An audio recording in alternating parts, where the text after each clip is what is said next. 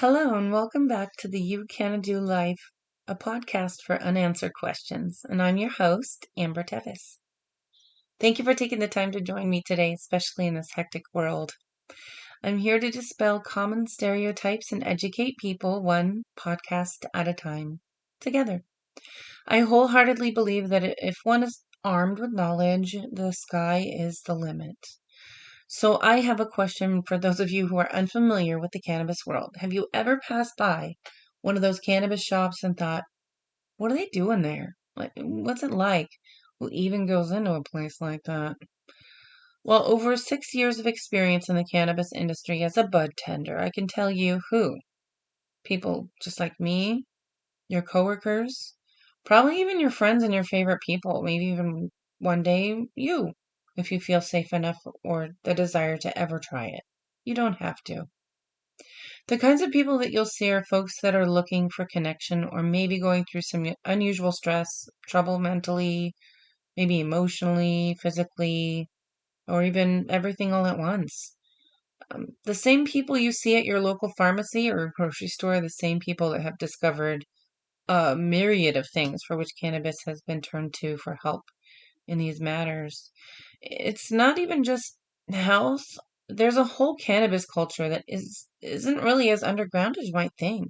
You might also ask, what's it like to go into one? Well, it's funny because sometimes the places conjure up those feelings we had as kids in the candy store for adults. So, like, which, I mean, they technically are. They're a candy store. Let's be real.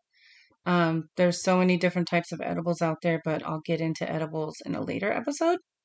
Some other places are very clinical looking, right? Like some are in sketchy neighborhoods, locked down with armed guards, metal detectors.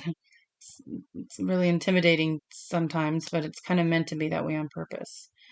Some are set up like a Trader Joe's with a big open space where you can pick up what you want and put it in a handbasket. It just depends on your state, their laws, whatever neighborhood it's in, really, to be honest. But just have your ID ready and be kind. That's really just what we all ask for when we have the experience in there.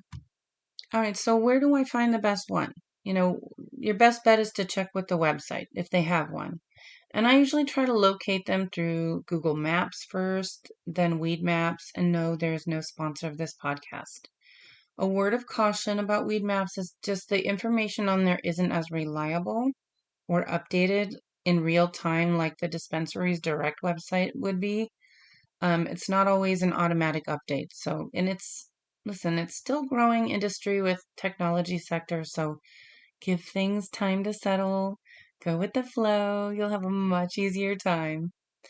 I mean, shoot, I remember waiting 4 hours for my cannabis person to be ready to help me out before I had a card. So take a breath. We've come a long way from, I don't know, even 15 years ago.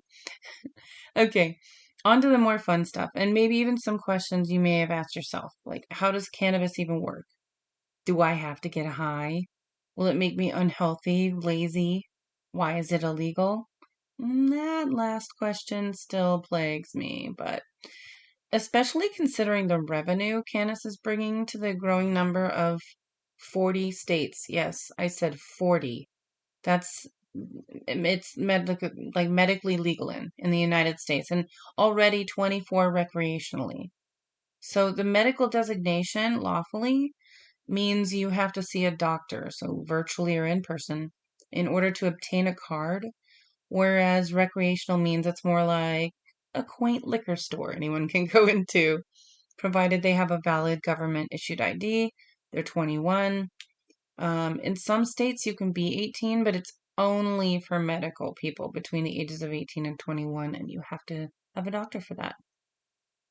What I can talk about, though, is the way that cannabis works within a system we already have inside of our bodies without even trying, really.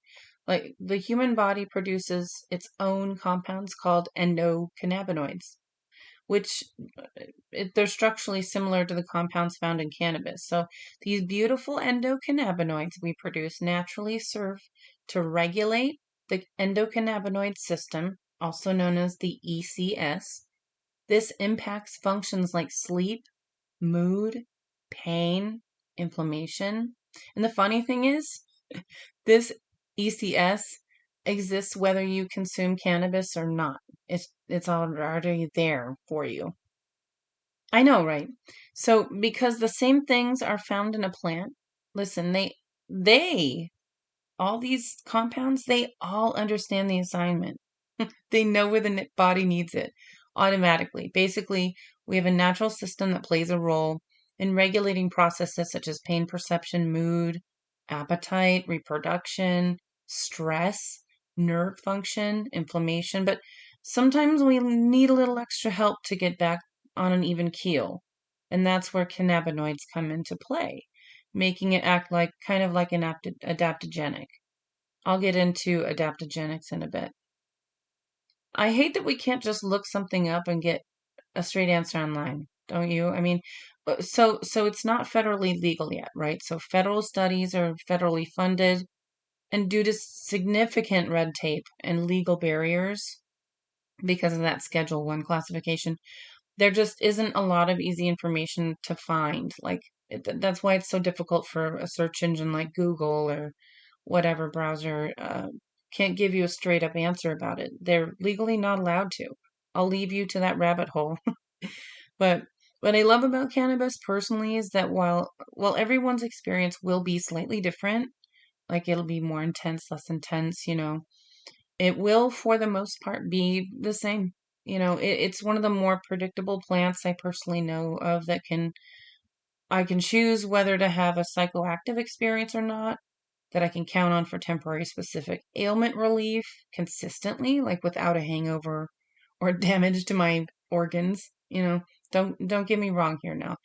If I'm at work, I'm not going to want something to make me high. I'm just not going to want to be loopy.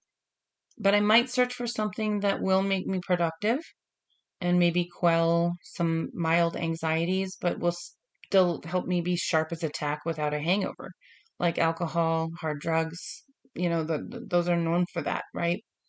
Those are known to hurt you. Okay, I didn't forget about adaptogens. I mentioned earlier, but I did want to emphasize that the word plays a huge part in the why of cannabis, even though the jury is still out on whether or not cannabis is technically an adaptogen or not, because it does have adaptogenic qualities. So you might be asking, what the heck is an adaptogenic anyway? So in herbal medicine, an adaptogen is a natural substance considered to help the body adapt to stress and to exert a normalizing effect upon bodily processes. So some well-known examples are ginseng. Who hasn't heard of ginseng, right? Ashwagandha, um, cordyceps mushroom, of course, non-psychedelic. But some of these can cause gastrointestinal comfort, drowsiness, stress if too much consumed at once. So just check with your doctor before starting anything new. We're not going to be giving out any medical advice here on this podcast. Adaptogens do not make you high. They do not alter your mental state, which is probably the best part about them. Like they don't make you see things or anything that's probably why cannabis isn't in this category. I mean, cannabis doesn't make you see things, but it is a psychoactive, meaning it will kind of alter your perception. But adaptogens do not.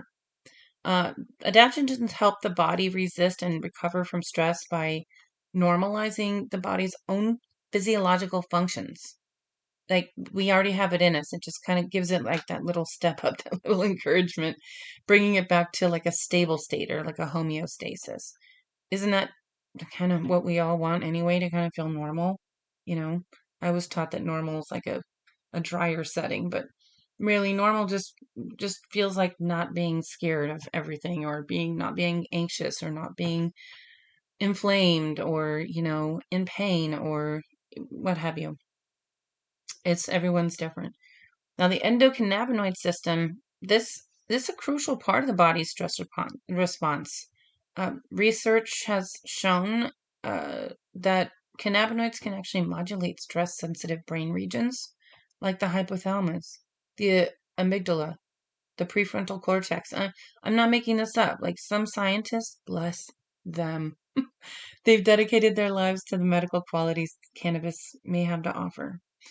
the great part about consuming certain cannabis compounds is you don't need to get high to recovery or homeostasis experience. What? What do you mean I don't need to get high? Isn't that the point? Actually, I mean, it can be if that's what you're going for, but actually, no, not for a good portion of people that come into the dispensaries for relief.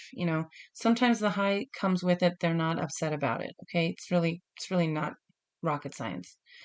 Most people just want relief. Like, so which one should you start with, right? So, I mean, CBD, which stands for cannabidiol, in particular found in both cannabis and hemp, is noted for its adaptogenic-like qualities.